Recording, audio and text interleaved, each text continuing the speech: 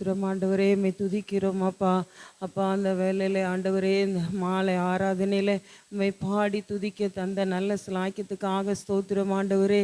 அப்பா, உம்முடைய பாதபடியில் நல்ல ஆண்டவரே பாடி துதிச்சோம் அப்பா. ஆண்டவரே, ஆத்மா ஆதாயம் நாங்கள் இந்த நாளில் எச்சரிப்போடு ஆண்டவரே ஒவ்வொரு நாளும் நாங்கள் கடந்து செல்ல உதவி செய்ய முடியாது ஜெபிக்கிறோம் அப்பா.